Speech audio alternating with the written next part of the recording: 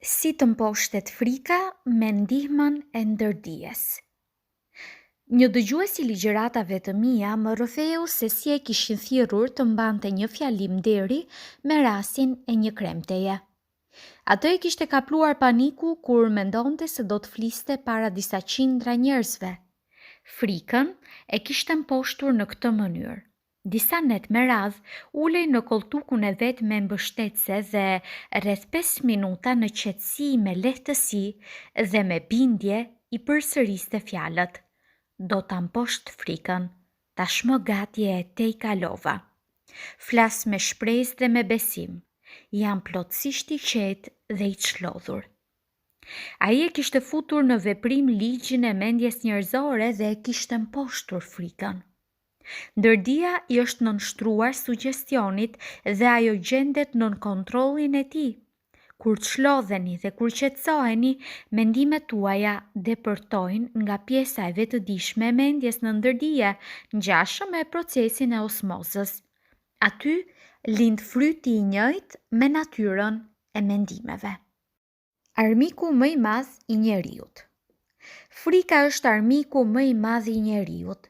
Ajo gjithnjë qëndron pas mos suksesit, pas sëmundjes dhe pas marrëdhënieve jo të mira ndërnjerëzore. Miliona njerëz i friksohen së kaluarës, së ardhmes, pleqërisë, çmendurisë, vdekjes. Frika është mendim, prandaj njeriu me të vërtetë friksohet nga mendimet e veta. Fëmia do të paralizohet nga frika nëse i thoni se në shtratin e tij fshihet shtriga e cila do ta hajë. Por nëse e ndisni dritën dhe i tregoni se nuk ekziston kurfar shtrige, atëherë ai lirohet nga frika. Për fëmijën ajo ka qenë reale, kinse një mend në shtratin e tij ishte strukur ndonjë shtrig. Mirëpo me të shtypur të ndërprerësit, fëmia shërohet nga mendimi i përgënjeshtruar, pra bindet se krijesa nga e cila friksohej nuk ekziston. Ngjashëm me këtë, shumica e gjërave që na friksojnë nuk kanë bazë reale. Fjala është për një grup hijesh që nuk kanë materialitet të vetin. Duhet bërë saktësisht ajo nga e cila keni frikë. Ralph Waldo Emerson, filozof dhe poet i mirënjohur, me një rast tha: bëjeni pikërisht atë që ju frikson dhe frika me siguri se do të vdesë. Në kohën e tij edhe vetë autori i këtyre rreshtave friksohej pa mas të dilte para publikut dhe të fliste. Frikën arriti ta zhduk duke bërë mua atë që e friksonte. Dilte para publikut, fliste dhe frika zhdukej, thoshte Emerson. Me aktin e shqiptimit të pohimit pozitiv se do ta mposhtni frikën dhe me vendosmëri të paluhatshme të vetëdijshme në lidhje me këtë, do t'i lironi aftësitë e ndërdijes të cilat do t'ju çojnë ka zgjidhja e problemit. Të tejkaluarit e tremës. Një grua e re mori thirrjen për audicion. U gëzua shumë, por për shkak të tremës së tepruar, të 3 herët e para nuk pati sukses. Ajo kishte zë të jetë bukur, por ishte më e sigurt se mu në momentin kur t'i vinte radha e paraqitjes do ta kaplonte prap trema. Ndërdia e kupton frikën si kërkesë, as si urdhër dhe vepron në pajtim me të, duke sjellë përjetim të caktuar. Me rastin e të 3 paraqitjeve të para, ajo gjithnjë gabonte gjatë të kënduarit dhe përfundonte në vaj. Shkaku qëndronte, siç u tha më parë, në autosugjestionin e padëshiruar, gjegjesisht në të ekzistuarit e mundimit të emocionalizuar dhe të subjektivizuar të frikës tek ajo. Me ndihmën e teknikës vijuesi arriti ta zhduk tremën.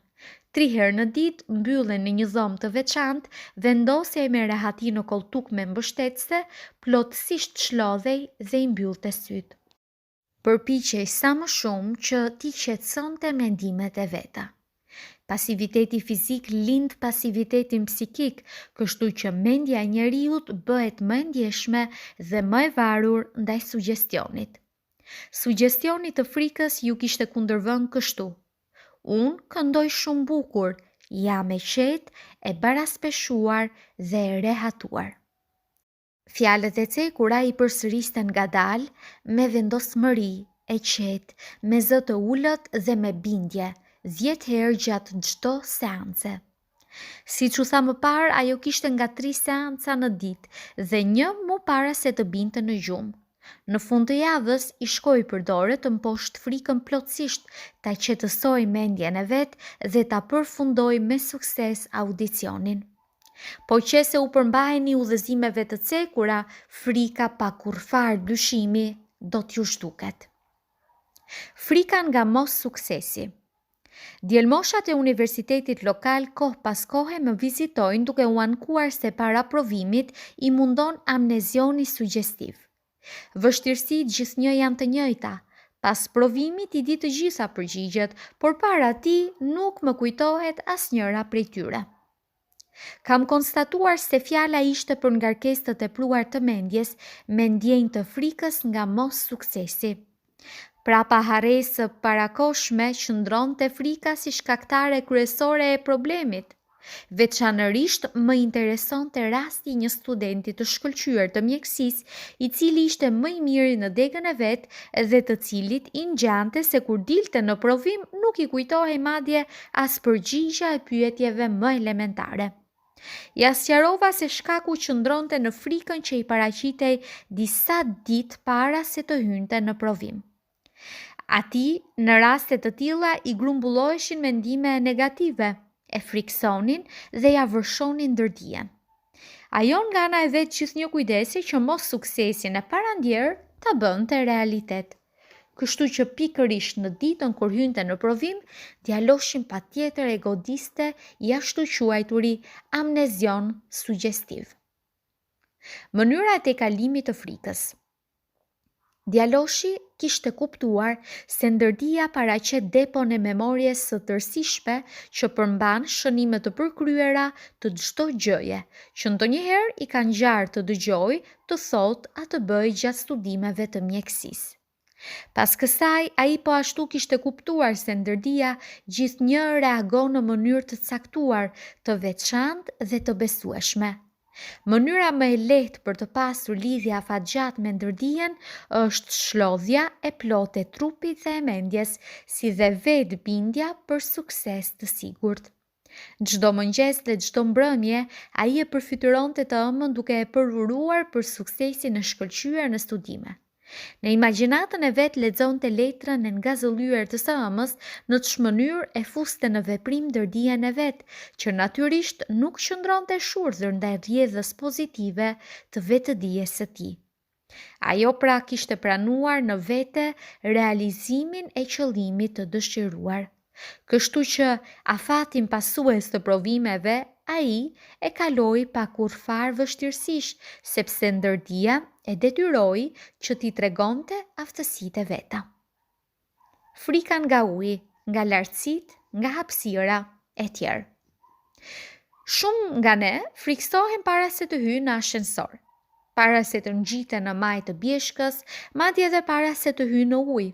Në raste të tilla, rëndom kemi të bëjmë me pasojën e ndonjë përjetimi të pakëndshëm nga fëmijëria.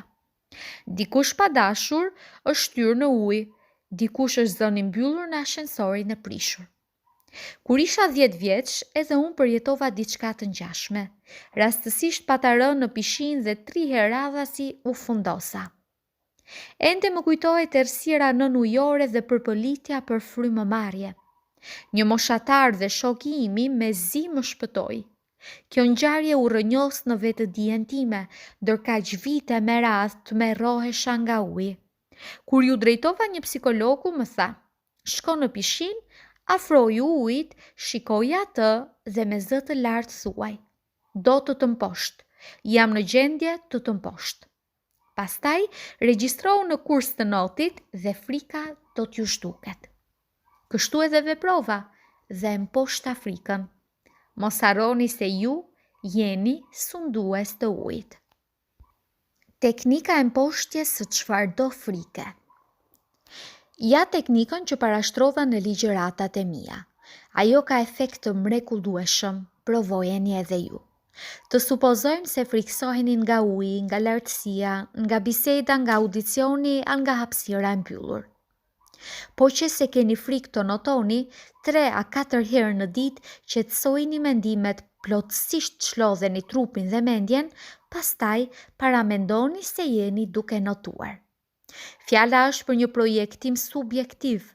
Mentalisht projektohuni në ujë, ndjejeni freskinë e tij që u avërshon duar dhe këmbët. Pra nuk është fjala vetëm për një ndërim të kotë, por për përjetim të notit, i cili si i tillë do të depërtoj edhe në brendi të ndërdijes suaj. Më pastaj, ndërdia do t'ju dëshiroj që edhe në realitetin tuaj të gjallë të arrini atë që e paramenduat. Ky është ligj i ndërdijes. Po të njëjtën teknik përdoreni edhe po që se keni frikë nga lartësia. Veten paramendojeni duke hipur në majë të bjeshkës, kënaquni me bukuritë, me ajrin e freskit dhe me bukurinë e lartësisë që mund të shihni atje. Duhet të jeni të vetëdijshëm se me pak këmbgulje, atë përfytyrim së shpejti do të mund ta zëvendësoni me realitet të gjallë. Frika nga ashensori. U njoha me një funksionar të një kompanie të madhe, i cili kishte frikë nga ashensori. Ai çdo mëngjes lartësinë peskatshe deri në zyrën e vet e kalonte duke hipur shkallëve. Sipas këshillës ime, rregullisht dhe pozitivisht filloi të mendonte për ashensorin. Më në fund i shkoi përdore të luftonte frikën, ja se të shpërsëriste. Ashensori është një zbulim i shkëlqyer, është fryti i mençurisë së gjithëmbarshme. Ashensori i ndërtesës son është i vlefshëm dhe përherë funksionon në mënyrë të përkryer. E përdor atë i qetë dhe me gëzim. Imagjinoj veten duke hipur në ashensor dhe duke arritur deri në katin tim ku punoj. Është i mbushur me të punësuarit të kompanisë sime, me të cilët bisedoj lirisht dhe me miqësi. Udhëtimi me ashensor është një përjetim i mrekullueshëm i lirisë dhe i besimit. Shpreh mirënjohjen time për një përjetim të tillë. Pas 10 ditësh, me guxim dhe me lehtësi, ai hyri në ashensor dhe kuptoi se plotësisht ishte liruar nga ndjenja e frikës. Frika normale dhe jo normale. Njeriu lind me 2 lloj frikrash, nga rënja dhe nga zhurma. Në pyetje janë sistemet alarmuese me të cilat na furnizoi natyra për të vetë ekzistuar. Frika normale është pozitive. Kur dëgjoni se ju afrohet ndonjë automobil, atëherë ju kërceni anash për të ruajtur kokën tuaj. Pra, frika se do t'ju shkelë automobili ishte më shpejt se sa reagimi juaj. Të gjitha frikrat e tjera më vonë na i imponojnë prindrit, farefisi, miqt, shokët dhe të gjitha ata që në njërin a në mënyrën tjetër, derisa jemi fëmijë, kanë ndikim ndaj nesh. Frika jo normale lind kur imagjinata del nga kontrolli. U njoha me një grua të cilën e kishin thirrur që me aeroplan të udhëtojë nëpër botë. Ajo me njëherë filloi të nxirrte fragmente nga gazeta të ndryshme kushtuar fatkeqësive të komunikacionit ajror. E paramendonte veten duke rënë në oqean, duke u fundosur. Këtu pra fjala është për frikën jo normale. Po ta ruante qëndrimin e tillë mendor, ajo do t'ia ndillte vetes fatkeqësinë e paramenduar. Si shembull të frikës jo normale, do ta cek afaristin e suksesshëm nga New Yorku, i cili pati filmin e vet mendor, regjinë të cilit e kishte bërë vet. Në filmin e tij flitej për falimentimin e tij bursor, për xhiro llogaritë zbrazura bankare, për bankrotin e tjerë. Ai pa ndërprerë e mendonte veten me filmin e tillë, duke ja përsëritur gruas së vet vazhdimisht fjalët. Suksesi nuk do të më zgjas shumë, po vjen kohë krize, po e ndjej bankrotimin. Gruaja e tij më pati treguar se në punë edhe i kishte ndodhur ajo së cilës i friksohej, bankrotimi. Edhe pse gjërat që u friksohej nuk ekzistonin, me të menduarit e vazhdueshëm negativ, ai thjesht i krijoi, i materializoi. Shumë vetë friksohen se fëmijëve të tyre do t'u ngjajë diçka e tmerrshme ose do të jenë viktimë ndonjë katastrofe rrëqetëse. Kur dëgjojnë se diku ka shpërthyer ndonjë epidemi ose se ndonjë vend e ka goditur tërmeti, këta në të njëjtin çast e vendosin veten në pozita atyre që u ngjan fatkeqësia. Kjo është frikë jo normale. Zgjidhja për frikën jo normale. Mentalisht kaloni në anën e kundërt. Të qëndrosh në anën e frikës do të thotë të stangosh, madje ta shkatërosh trupin dhe mendjen.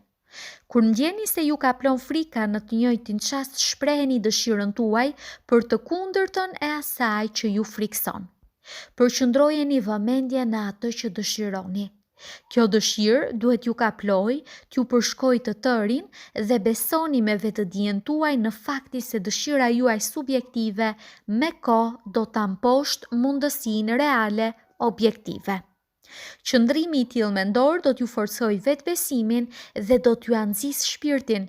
Dijeni se ndërdijen e keni në anën tuaj dhe se ajo nuk mund të gaboj. Pra, paqen dhe qetësinë shpirtërore do ta gjeni pa kurfar dyshimi.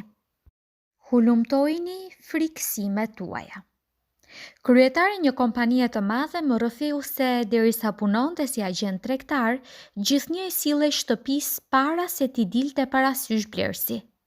Njëherë atë e kishte thirrur punëdhënësi i vet duke i thënë: "Mos u frikso se prapa derës do ta takosh ndonjë shtrig, shtrigat nuk ekzistojnë, ato janë pjellë e besimeve të gabuara." Veç kësaj, ai i kishte thënë se frika zhduket kur ne ballafaqohemi sy më sy. Të ateruarit në xhungël.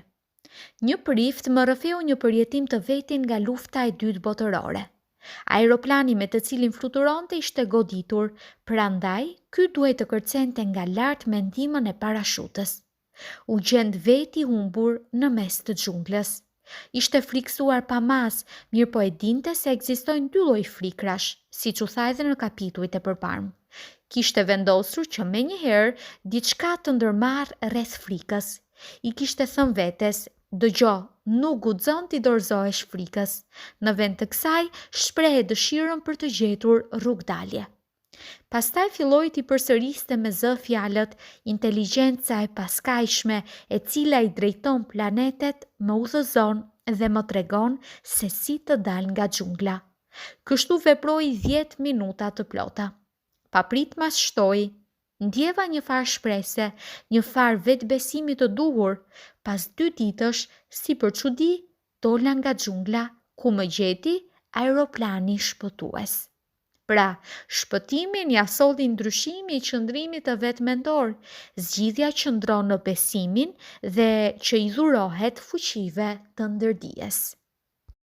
Vetveten e pushojnë nga puna. Drejtori gjeneral i një kompanie më rrëfeu se ka 3 vjet që friksohet se do ta humbas punën.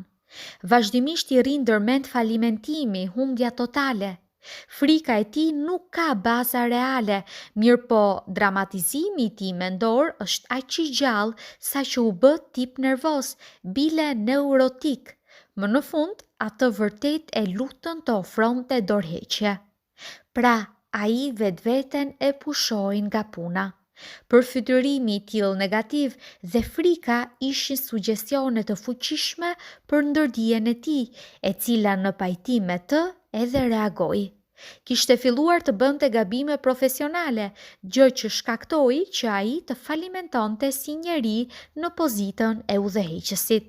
Ai kurrë nuk do ta kishte humbur punën, po ta kishte bërë me kohë transferin e mendjes në anën e kundërt me atë ku e sulmonte frika nga paramendimi i falimentimit të vet. Komploti. Gjatë një udhëtimi të paradokoshëm për në botën e jashtme, pata një bisedë 2 orëshe me një funksionar qeveritar të një shteti. Ky njeri linte përshtypje bindëse të paqes dhe të qetësisë së vet shpirtërore. Në besim më tha se thashe thënat politike intriguese dhe mashtrimet kurrë nuk e shqetësonin. Ai për çdo mëngjes nga 15 minutat shlodhej duke paramenduar se në mes të brendisë të trupit të tij shtrihej një oqean i qetë. Në këtë mënyrë, ai krijonte energji të fuqishme, e cila ja absorbonte dhe ja rrënonte të gjitha llojet e frikësimeve dhe të vështirësive të tij. Me një rast, natën vonë, e thirrri një shok i veti dhe e njoftoi se kundër tij ishte duke u përgatitur një komplot. Ai ishte përgjigjur kështu: "Unë tash po përgatitem për të fjetur dhe ndjehem tejet i qetësuar. Për këtë do të flasim nesër në orën 10." E di mirë se mendimi negativ mund të vijë në shprehje vetëm nëse përshkohet me ndjenja dhe nëse përvetësohet në mendime. Në rastin e cekur, unë thjesht refuzova ta pranoj sugjestionin e imponuar të frikës.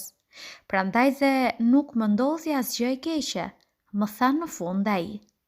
Vërejani gjak ftohtësinë dhe qetësinë e tij fizike dhe psikike. Përpiquni t'i largoni nga mendja frikat e të gjitha llojeve. Për t'u liruar nga frika, përdoreni citatin vijues: "E kërkova Zotin e ai më dëgjoi edhe më çliroi nga çdo frikë që pata." Psalmi 34:5. Zoti është shprehje e lashtë e që do të thot ligj, gjegjësisht fuqia e ndërdijes. Njihuni me çudirat që është në gjendje t'i bëjë ndërdia, mësojeni natyrën e të vepruarit dhe të funksionuarit e saj. Përvetësojeni teknikat që u cekën në këtë kapitull, që sot filloni t'i ushtroni ato. Ndërdia do të përgjigjet se si do t'ju liroj nga të gjitha llojet e frikrave. Rruga drejt të liruarit nga frika. Bëjeni atë që friksoheni dhe frika do të zhduket. Thuajini vetes, do ta mposht frikën dhe do të keni sukses në këtë gjë. Frika është mendim negativ i lindur në mendje, zëvendësojeni atë me mendim konstruktiv. Frika ka mbytur miliona njerëz. Shpresa është më e fuqishme se frika. Asgjë nuk është më e fuqishme se sa të besuarit në inteligjencën e paskajshme. Frika është armiku më i madh i njeriut. Ajo ndodhet prapa çdo falimentimi, prapa çdo mos suksesi, prapa çdo sëmundjeje, si dhe prapa marrëdhënieve të dobta ndërnjerëzore. Dashuria mposht frikën. Kundërvijuni sugjestionit të frikës me mendim të kundërt, do të keni leverdi. Frika ndodhet edhe pas harresës gjatë provimeve, përsëriteni fjalinë "kam kujtesë të përsosur" dhe me lehtësi do ta mposhtni. Bëhuni të qëndrueshëm. Po që se friksoheni t'i afroheni ujit, notoni, fluturojeni veten duke notuar me lehtësi, me gëzim, me kënaqësi. Bëjeni këtë përfytyrim në formë të njësuar, ndërdia do të përkujdeset për t'ju detyruar që ta mposhtni frikën nga uji. Ky është ligj i mendjes njerëzore. Nëse keni frikë nga ashensorja, nga hapësira të mbyllura, mendimisht ju lavdërojeni zbulimin e ashensorit dhe vlerësojeni lart vetitë e tij të mira. Do të mahniteni se me të shpejtësi do të zhduket frika nga mendja juaj. Njeriu lind me vetëm 2 lloj frikrash, nga të rrëzuarit dhe nga zhurma. Çdo frikë tjetër i paraqitet më vonë. Hiqini qafe ato. Frika normale është e mirë, frika jo normale është tejet e keqe dhe e rrezikshme. Frikën jo normale do ta tejkaloni duke shpresuar në ndërdijen tuaj. Paramendoni diçka pozitive dhe vendosmërisht përmbajuni asaj deri në zhdukjen totale të frikës. Po që se friksoheni nga mos suksesi, vëmendjen tuaj përqëndrojeni ka suksesi. Nëse i friksoheni sëmundjes, mendoni për shëndet. Nëse keni frikë nga vdekja, atëherë përqëndrohuni ka jeta e amshueshme. Përgjigja për frikën është ligji i substitutit. Zgjidhja për frikën është dëshira. Nëse jeni të sëmur, kërkoni shëndet. Nëse jeni të shtrënguar nga frika, kërkojeni lirinë. Gjërat që ju friksojnë ekzistojnë vetëm si mendime në mendjen tuaj. Prandaj, mendojeni të mirën dhe e mira do t'ju pasoj. Ballafaqohuni me frikrat tuaja, kapuni fytas me to, mos nguroni ti përqeshni. Ky është bari më i mirë shërues. Vetëm mendimet tuaja mund t'ju shqetësojnë. Njerëzit e tjerë janë të paaftë për një gjë të tillë. Aftësia juaj fshihet në brendin tuaj, prandaj përdoreni, por asesi mos e keq përdorni. Si të mbetemi gjithmonë shpirtërisht të rinj. Ndërdia e njeriut nuk plaket fare. Për të nuk ekziston kufizimi kohor, është e paskajshme dhe e amshueshme. Është pjesë e inteligjencës së gjithëmbarshme e që mund ta quajmë edhe Zot. Është ajo që kurrë nuk ka lindur dhe që kurrë nuk do të vdesë. Lodhja dhe pleqëria nuk kanë të bëjnë me asnjërin nga cilësitë shpirtërore. Durimi, mirësjellja, dëshira për të vërtetën, vullneti, qetësia shpirtërore, harmonia dhe dashuria vëllazërore janë veti që nuk plaken fare. Po qëse i rikrijoni dhe i ripërsërisni ato pa ndërprerë, vazhdimisht do të mbeteni të rinj shpirtërisht. Më kujtohet një artikull që ishte botuar para ca vitesh, ku thuaj se vitet, gjithsesi mosha, nuk është e vetmuar, kur është fjala te përgjegjësia për procese degenerative të trupit të njeriut. Mjekët erdhën në konstatim se në të vërtetë frika nga mosha e shtyr ndikon në mënyrë të dëmshme ndaj trupit dhe ndaj shpirtit të njeriut, prandaj shkakton plakjen e parakohshme. Shpeshherë jam marrë me studimin e biografive të njerëzve të shquar që punonin pa pengesa në profesionet e veta, edhe pse ishin në moshë të bukur të shtyrë të jetës së vet. Disa prej tyre madje kishin përjetuar pleqëri vërtet të thellë. Njëherët kam pasur rast të takohem me një numër të madh njerëzish të ashtu quajtur të rëndomt, të cilët me shembuj vërtetuan se pleqëria nga vetvetja asesi nuk i humb aftësitë krijuese të trupit dhe të shpirtit të njeriut. I plakur në mendje. Tash së fundi e vizitova një mik të vjetër në Londër. Ai ishte 80 vjeçar, shumë i sëmur dhe dukshëm i lodhur nga pleqëria. Biseda që e zhvilluam zbuloi pa aftësinë e tij trupore, por edhe ngarkesën e plotë psikike dhe tatpjetën e përgjithshme shëndetësore, të cilat e kishin sjell buzë humnerës jetësore. Ai vazhdimisht pohonte se ishte i padobishëm dhe se nuk i duhej më askujt.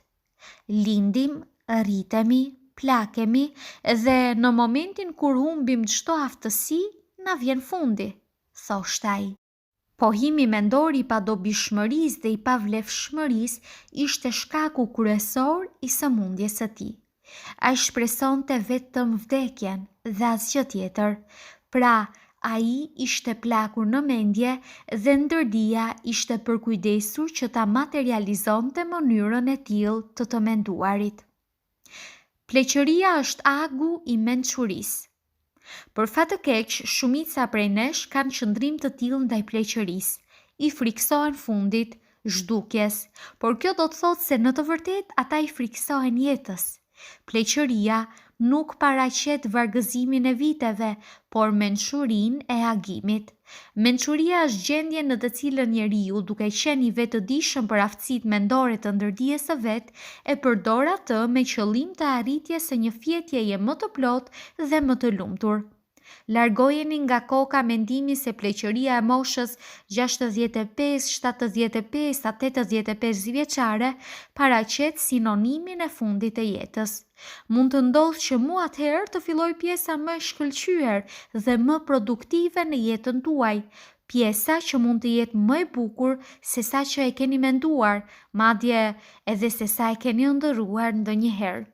Pra, besoni, shpresoni, duroni dhe më në fund ndërdia do t'ju gëzoj. Ndryshimi i mirë se ardhur. Pleqëria nuk është ngjarje tragjike.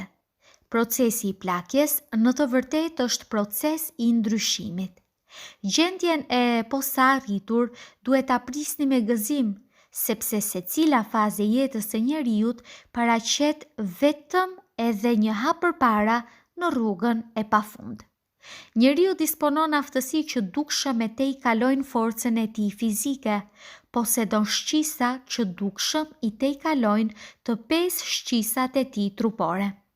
Shkenca bashkohore disponon me prova që dëshmojnë se një pjesë e vetëdijes së njeriut është në gjendje të shkëputet nga trupi I vet, të kalojë largësi të madhe, të dëgjojë, të shohë, të ndjejë dhe të flasë, e pastaj përsëri të kthehet në trupin e vet që fare nuk ka lëvizur nga mbështetësja e koltukut. Jeta e njeriut është paraqitje e përhershme mendore. Njeriu kurrë nuk plaket, sepse as jeta si e tillë nuk plaket kurrë. Ajo përtërihet, është e pazhdukshme, e përhershme dhe paraqet realitetin e vetëm të njeriut. Dëshmitë e përjetësisë. Psikologët, psikiatrit dhe hulumtuesit e tjerë kanë siguruar dëshmi të shumta për jetën edhe pas të ashtu quajturës vdekje. Në çdo bibliotekë mund të gjeni libra të shumtë që flasin për këtë temë, të cilat ofrojnë dëshmi të pathyeshme dhe deklarata të dëshmitarëve. Gjithashtu, së fundi, është publikuar një varg eksperimente shkencore që konstatojnë të ekzistuarit e jetës pas vdekjes. Jeta ekziston. Një grua e kishte pyetur Thomas Edisonin, njohësin e shquar të elektricitetit: "Zoti Edison, ç'është elektriciteti?" "Zonjë, elektriciteti ekziston, prandaj përdoreni atë", ishte përgjigjur ai. Elektriciteti është emër që e kemi pagëzuar fuqinë e padukshme të cilën ende nuk jemi në gjendje ta kuptojmë plotësisht, mirë po I njohim principet e saj, prandaj edhe lirisht e shfrytëzojmë atë në mënyra të ndryshme. Edhe pse me sy të thjesht nuk e sheh elektronin, shkencëtari e pranon atë si fakt shkencor, sepse ai paraqet pasojë logjike, përfundim logjik të fakteve të konstatuara eksperimentalisht. Ngjashëm me këtë, askush nuk është në gjendje ta shohë jetën, megjithatë, mjaft mirë e dim se jetojmë. Jeta ekziston dhe detyrë jona është që ta shprehim atë me tërë bukurinë dhe shkëlqimin e saj. Mendja dhe shpirti nuk plaken kurrë. Bibla thotë: "E kjo është jeta e pasosur, që të njohin ty, një të vetmin hyjin e vërtet, dhe atë që dërgove, Jezu Krishtin." Gjoni 17:3. Ata që mendojnë se jeta është e ngjeshur me lindjen, me rritje, me moshë të rinisë, të pleqërisë, duhet të na dhimbsen. Atyre u mungon shpresa, vizioni dhe jetën e kanë të privuar nga kuptimi I plotë I saj. Mënyra e tillë e të menduarit sjell shtrëngime psikike, stagnim, cinizëm dhe dëshpërim, pasojë të cilave janë neuroza dhe sëmundjet psikike të gjitha llojeve. Po qëse nuk jeni më të aftë të notoni shpejt, ashtu siç notoni dikur, të vraponi gjatë siç vraponi dikur, ta shqelmoni fort topin si dikur, atëherë mos u brengosni, sepse duhet pasur ndërmend se jeta sërish vjen duke u përtërir. Ajo që njerëzit e quajnë vdekje është vetëm rrugë e transformimit të jetës së njeriut nga njëri dimension në tjetrin. Dëgjuesve të mi vazhdimisht u them se pleqërinë duhet ta pranojnë me buzëqeshje. Edhe pleqëria I ka momentet e veta të ndritshme, e ka bukurinë, shkëlqimin dhe mençurinë. Pos kësaj, qetësia shpirtërore, lumturia, bukuria, gëzimi, mençuria, vullneti dhe të kuptuarit, kurrë as nuk plaken e as nuk vdesin. Emerson, njeriu që shpeshherë cekëm në këtë libër, thotë: "Vitet e jetës së njeriut mund të fillojmë t'i numërojmë vetëm nëse nuk kemi ç'të numërojmë tjetër." Karakteri, shpirti, besimi dhe shpresa nuk mund të zhduken e as të vdesin kurrë. Njeriu është po aq I ri sa e ndjen veten. Së fundi, gjatë një ligjërimi të mbajtur në Angli, mu afrua një mjek i moshuar e më tha: "Jam 84 vjeç dhe ende për çdo mëngjes kryej operacione." Pasdite i vizitoj të sëmurët, ndërsa në mbrëmje lexoj literaturë profesionale dhe shkruaj artikuj të ndryshëm për revista mjekësore. E kishte zhvilluar qëndrimin mendor të dobishmërisë, duke bindur veten se njerëzit vërtet kishin nevojë për të, gjë që mendimisht kishte mbetur i ri. Mua më pati thënë: "Është e vërtet ajo që thoni se njeriu është po aq i fortë dhe po aq i vyeshëm sa mendon vetë se është." Kirurgu i cekur nuk ju drejtua moshës së shtyrë, ai është i vetëdijshëm se në esencë është i pavdekshëm. Para se të ndaheshim më tha: "Edhe nëse vdes nesër, do të vazhdoj të operoj në dimensionin tjetër të jetës sime." Mbase jo edhe atëherë me ndihmën e neshterit, por sigurisht me ndihmën e ndonjë mjeti mendor. Flokët e thinjura paraqesin kapital. Kur mos e lini punën me fjalët "po tërhiqem, jam plakur, ka që pati puna ime."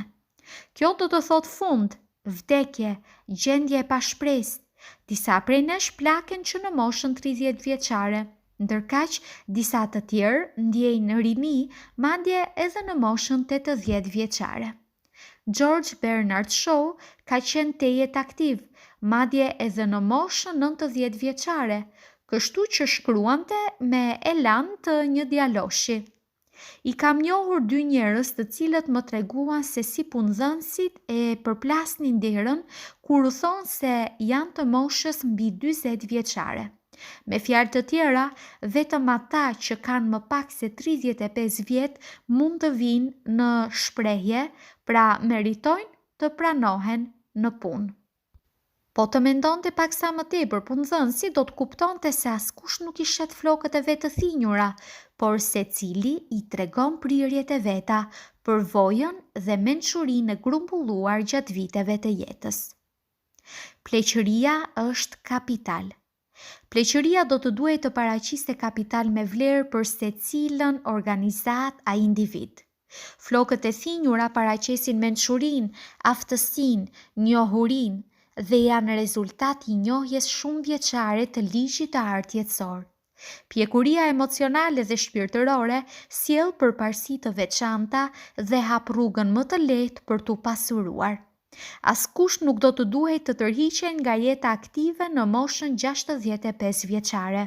Kjo është mosha kur njeriu në mënyrë më të suksesshme i zgjidh të gjitha problemet personale, problemet e punës e ato shoqërore. Mu në këtë mosh ai disponon me përvojë të mjaftueshme, me qetësi dhe gjakftotësi, si dhe është i aftë të bjerë vendime dhe vlerësime më objektive. Bëhuni të moshuar po aq sa jeni. Një skenograf nga Hollywoodi më rrëfeu në besim se është i detyruar të shkruajë tekste që u përshtaten mendjeve të 20 vjeçarve. Gjendja e atill është teje tragjike, sepse nënkupton të injoruarit e pjekurisë emocionale dhe shpirtërore në emër të moshës rinore e të cilën e karakterizojnë mungesa e përvojës, e urtësisë dhe të nguturit gjatë vendosjes. Jam në gjendje të bëj gara edhe me më të mirët. E njoh një njeri 65 vjeçar që me fanatizëm përpiqej të ngelej i ri. Çdo të diel noton, shëtit shumë, luan tenis dhe mburret me sukseset dhe me fuqinë e vet fizike. Dëgjoj, unë jam në gjendje të shtyhem madje edhe me më të mirët. Në vend të kësaj, ai do të duhet ta kujtonte të vërtetën e madhe biblike: njeriu është pasqyrë e asaj që e mendon në zemrën e vet. Dieta, ushtrimet trupore dhe lojrat nuk mund t'ju ndihmojnë në ruajtjen e moshës suaj rinore. Njeriu plaket ose ngel i ri varësisht nga mënyra e të menduarit të vet. Mendimin nga ana e vet e kushtëzon ndërdijen për të vepruar. Nëse ai është fisnik, i bukur dhe pozitiv, ndërdija do të përkujdeset që ta ruajë ndjenjen e rinisë, pa marrë parasysh rrjedhën e kohës. Frika nga pleqëria. Jovi biblik ka thënë: ajo së cilës jam friksuar gjithmonë tani më është vërsulur. Shumica i friksohen pleqërisë dhe pasigurisë që sjell ardhmëria, sepse parashikojnë shkatërimin e vet shpirtëror e trupor. Ajo që e mendojnë dhe ndjejnë, më në fund realizohet. Njeriu plaket që në momentin kur fillon të humb interesimin e vet për jetën, kur pushon së ndëruari, kur pushon të synoj ka të vërtetat e reja dhe kur pushon së gjurmuari ka botrat e reja. Ndërsa po që se mendoni për ide të reja, për interese të reja, si dhe po që se i hiqni perdet dhe lejoni diellin ta ndriçojë gjithësinë tuaj, për herë do ta ruani rinin. Keni edhe shumë çka për të dhënë. Edhe nëse jeni në moshën 65 a 95 vjeçare, duhet ta dini se keni edhe shumë çka për të dhënë. Ju mund t'i ndihmoni të rinjt, t'i udhëzoni, t'i këshilloni, t'u përcjellni përvojat, njohuritë dhe mençurinë tuaj. Gjithmonë shkoni përpara, sepse para jush është rruga e amshimit. Kështu do të zbuloni se në çdo hap ju presin çudirat e sa ashtu quajturës jetë.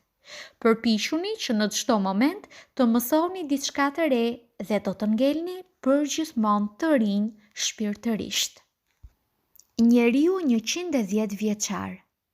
Para një kohe të shkurtër në Bombaj, njoha një njeri i cili pohonte se i kishte 110 vjet të plota. Fytyrë më të bukur se të tia nuk kam parë kurrë. Nga shkëlqimi i saj brendshëm nuk i dukeshin madje as vijat e caktuara. Shikimi i tij rrezatonte nga mençuria dhe nga qetësia e tij shpirtërore që ja kishte sjellë të ushtruarit shumë vjeçar i ligjshmërisë jetësore. Frymëzimet e reja. Mos harroni se mendja e njeriut asnjëherë nuk pushon nga aktiviteti. Ajo i ngjan parashutës, e cila derisa nuk hapet, nuk shërben për asgjë. Hapeni pra mendjen tuaj dhe pranoni ide të reja. Njoh shumë 60 vjeçar që u pensionuan dhe që u dorëzuan, lejuan që të mbarojnë plotësisht nga dëshpërimi dhe nga plogështia. Së shpejti përjetonin edhe fundin e jetës së vet, të bindur se njeriu, kur pushon nga aktivitetet, nuk ka arsye për të jetuar. Pensioni është nxitje e re, aventurë, rrugë e re, fillim i plotësimit të ndonjë ëndre shumë vjeçare. Është pikëlluese ti dëgjosh fjalët: "Ç'të bëj tani kur u pensionova?" Njeriu i tillë në të vërtetë thotë: "Unë jam i vdekur me trup e me shpirt. Më janë harxuar të gjitha idet." Ky është përgënjeshtrim i së vërtetës.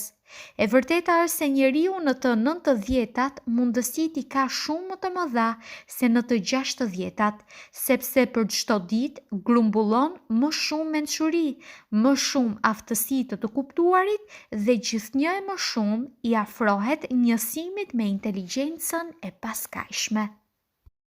I aftë për punë të re.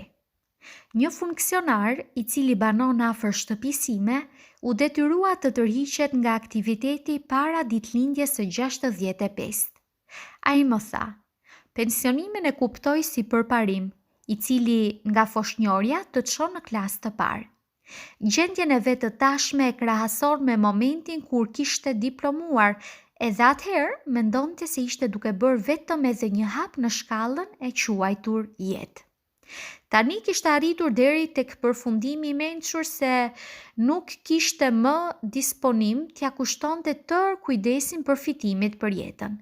Dëshironte t'i kthehej një jetë luksoze me më tepër aheng. Kishte mbaruar kursin për fotografist dhe ishte nisur në udhëtim nëpër botë.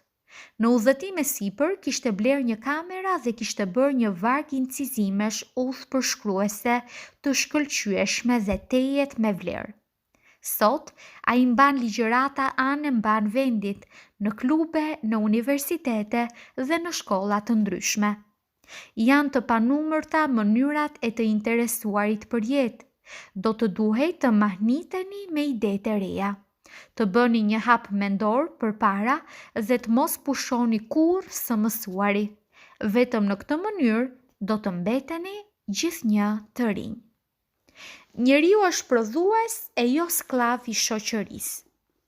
Është e vërtetë se trupi votues I Kalifornisë gjithnjë më tepër po vjetërohet. Kjo do të thosë se në jurisprudencë dhe në parlamentin e këtij shteti federal gjithnjë më tepër po ndihet zëri I të moshuarve. Jam I bindur se së shpejti do të hartohet ligji I cili me rastin e punësimit do ta ndalojë diskriminimin ndaj moshës së thyer. 65 vjeçari shpeshherë është më I ri me trup e me shpirt se sa 30 vjeçari. Është e pakuptim të thuhet se nuk duhet punësuar persona që kanë më tepër se 40 vjet. Vallë, a do të thotë kjo se të tillët meritojnë të dobësohen, se janë të vjetruar? Ç'duhej pra të bënte njeriu që ka moshë mbi 40 vjeçare? Ta groposti turinë e vet? Ti fsheh njohuritë dhe talentin e vet? Njeriu jeton për të prodhuar e jo për të bërë sklav I shoqërisë që e dënon me papunësi të dhunshme. Trupi I njeriut gjatë viteve I ngadalson lëvizjet, por vetëdijen e ka gjithnjë e më aktive, më të fuqishme, më të gjallë, më të shpejt, sepse ajo frymëzohet nga burimet e ndërdijes. Mendja nuk plaket kurrë. Bibla thotë: në mu kthefshin muajt e shkuar, ato ditë kur hyi më ruante, kur mbi krye më ndriçonte ditëza e tij, kur në dritë të tij çaja e rësirën. Të bëhesha si në rinin time, kur si mik në tent më vinte hyi. Jobi 29:2-4. Sekreti rinor. Për t'i kthyer ditët e rinisë, do të duhej ta ndjeni se si fuqia çuditëbërëse, shëruese dhe përtërirëse e ndërdijes qarkullon nëpër trupin tuaj. Atëherë ndjejeni përtëritjen tuaj, sepse në çdo moment keni mundësi ta thirrni atë me mendime dhe me shpirt. Ju jeni duke jetuar në nënvrojtimin përcjellës të ndërdijes suaj dhe po e shfrytëzua drejt, atëherë hija do të struket përpara dritës, ndërsa e rësira përpara rrezeve të agut. Përdoreni imagjinatën. Në vend se të thoni jam plakur, thoni tani jam më I mençur. Mos lejoni t'ju bindit të tjerët se jeni harxhuar, se jeni të pavlerë, se e keni shpirtin të rënuar. Pohimet e tilla dëbojini me vendosmëri, sepse ato janë të shtrembëruara dhe teje të pavërteta. Mos bini në kurth të propagandës së tillë, synojeni jetën, jo vdekjen, paramendojeni veten të lumtur, të gëzuar, të suksesshëm, të qetë dhe të aftë e të fuqishëm. Mendja nuk plaket kurrë. Herbert Hooveri, presidenti I dikurshëm I SBA-s, ka qenë aktiv deri në pleqërinë e vet të thellë.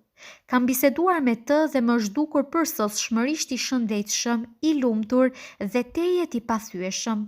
Disa sekretarë mezi arrinin t'i përcjellnin veprimtaritë e tij të lloj-llojshme.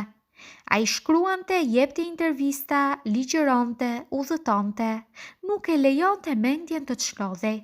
Krahas gjithë këtyre aktiviteteve nuk e linte pasdore as jetën e vet shpirtërore. Si njeri I tejet religjioz, qetësinë e vet shpirtërore e kërkonte në të komunikuarit me të gjithë fuqishmen. Aktiv edhe në të 90-ën. Babai im pati mësuar frëngjishtën në moshën 65 vjeçare, ndërsa si 70 vjeçar filloi ta ligjëronte atë në shkollë. Diku në të njëjtën kohë e botoi edhe veprën e vet më të rëndësishme, kushtuar gjuhës uellsishte. I ndihmonte motrës sime, profesoresh në universitet dhe deri në moshën e vet 99 vjeçare vazhdoi ta bënte këtë gjë. Edhe në këtë moshë kishte mendje të çiltër djaloshare të një 20 vjeçari.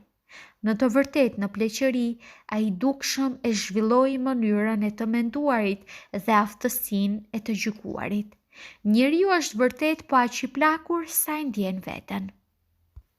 Bashkëqytetarët e moshuar na nevojiten. Marco Porcie Cato, patriot romak, greqishtën e mësoi në moshën 80 vjeçare. Ernestina Schumann Heink, këngëtare e madhe e artit skenik gjerman dhe amerikan, kulminacionin e suksesit të vet e arriti si gjyshe. Generalët Douglas MacArthur, Harry Trumani, Dwight Eisenhower, të gjithë këta e kultivojnë bindjen se njerëzit e moshuar kanë çka t'i kontribuojnë botës ku jetojnë. Filozofi i madh grek Sokrati u bë instrumentalist kur kishte 80 vjet të plota. Michelangelo, punimet e tija më të rëndësishme vizatimore i bëri gjithashtu si 80 vjeçar. I kësaj moshe ishte edhe Goethe, kur e përfundoi Faustin, ndërsa Leopold von Ranke, historinë e botës, e përfundoi në moshën 92 vjeçare. Alfred Tennyson, vjershën e vet më të bukur, e shkroi në moshën 83 vjeçare. Isaac Newtonit as nuk i shkonte mendja të pushonte së punuari, madje edhe në moshën 85 vjeçare. Le t'u lëm pra bashkëqytetarëve të moshuar vendin që e meritojnë dhe le t'u mundsojmë të na mbulojnë me lule të mençurisë së tyre mbinatyrore. Nëse ju është ofruar pleqëria, kthejuni ligjshmërive jetësore dhe çudirave që i sjell ndërdia. Merruni me gjërat me të cilët keni dëshiruar ka herë të merreni. Studioni tema të reja, hulumtoni ide të reja. Le t'ju udhëheqin fjalët biblike vijuese. Sikur se dreri i dëshiron burimet e ujvarave të gjalla, po ashtu shpirti im të dëshiron ty, o hyj. Psalmi 42:2. Frytet e pleqërisë. Trupi atij do t'i përtërihet më i freskët se në rini, do të kthehet në ditët e djalërisë. Jobi 33:25. Pleqëria nga aspekti tjetër më i lartë do të thotë kthim ka e vërteta jetësore. Duhet pasur ndërmend se jeni nisur në udhëtimin e pafund, se duhet të bëni hapa të panumërt duke ecur nëpër oqeanin e paskajshëm jetësor. Mëtej, siç thot Bibla, japin fruta edhe në pleqëri, janë të kërthndesë dhe plot shëndet. Psalmi 92:15. Kurse fryti i shpirtit është dashuria, hareja, paqja, durimi, dashamirësia, mirësia, besnikëria, butësia, përkohshmëria. Kundër këtyre nuk ka ligj. Galati 5:22 dhe 23. Njeriu është fëmijë i jetës së paskajshme, i biri i përjetësisë. Fakte që duhen mbajtur mend. Durimi, mirësjellja, dashuria, gëzimi, vullneti, lumturia, mençuria dhe mirëkuptimi janë veti që nuk plaken kurrë. Ruajini dhe përdorini ato, sepse do ta ruani rinin tuaj shpirtërore. Hulumtimet tregojnë se frika neurotike nga pasojat e rrjedhës së kohës ndonjëherë shkakton plakje të parakohshme. Të plakurit nuk është vargëzim vitesh, po gëzirje e agut të mençurisë. Vitet ndërmjet moshës 65 dhe 95 vjeçare ndonjëherë mund të jenë vitet më frytëzënëse të jetës së njeriut. Le t'ju gëzoj mosha e pjekurisë. Ajo do të thotë se jeni duke ecur përpara në rrugën e pafundme të jetës. Jeta përtërihet, ajo është e amshuar dhe nuk mund të asgjësohet. Ekzistojnë një mori argumentesh për jetën pas vdekjes. Këtë e dëshmojnë edhe eksperimentet e shumta shkencore. Mendja nuk mund të shihet, por ajo ekziston. Shpirti gjithashtu nuk mund të shihet, por edhe ai ekziston. As jeta nuk mund të shihet, por mjaft mirë e dini se jeni duke jetuar. Pleqëria nga një pikpamje më e lartë mund të quhet edhe vrojtimi të vërtetave jetësore. Pleqëria është më e pasur me gëzim se sa rinia. Natyra ngadalson lëvizje trupore, por se mendja është më e lirë dhe më aktive. Vitet e jetës së njeriut mund t'i numërojmë vetëm nëse nuk kemi ç'të numërojmë tjetër. Besimi nuk mund të zhduket. Njeriu është po aq i fuqishëm sa e ndjen veten, ai është po aq i ri sa i ka të reja mendimet. Flokët e thinjur janë kapital, askush nuk shet thinja, po talent, aftësi, zhdërvjelltësi dhe mençuri të grumbulluar me vite. Dieta dhe ushtrimet nuk mund t'ju mbajnë të rinj. Njeriu është i atill çfarë mendon se është. Frika nga pleqëria shkakton rrënim trupor dhe psikik. Njeriu plaket kur të pushoj së ndëruari dhe kur e humb interesimin për jetën. Shikoni përpara vetes, sepse jeni duke ecur rrugës së jetës së pafund. Pensionimi është një aventurë e re, mos pushoni së mësuari, zhvillojeni interesimin tuaj për gjëra të reja, punoni atë që ka herë ju ka pëlqyer, jetoni jetën tuaj. Bëhuni prodhuese kurse si skllavi shoqërisë. Sekreti i rinisë qëndron në dashuri, në gëzim, në qetësi të brendshme dhe në të qeshur. Ju jeni të nevojshëm. Shumë filozof, shkrimtar, artist dhe shkencëtar të mëdhenj, rezultatet e veta më të rëndësishme i arritën në moshën 80 vjeçare. Frytet e pleqërisë janë dashuria, gëzimi, qetësia shpirtërore, durimi, mirësjellja, mirësia, besimi, butësia dhe tolerimi. Njeriu është fëmijë i jetës së amshuar që s'ka fund. Ai është biri i amshimit. Njeriu është qenie e mrekullueshme.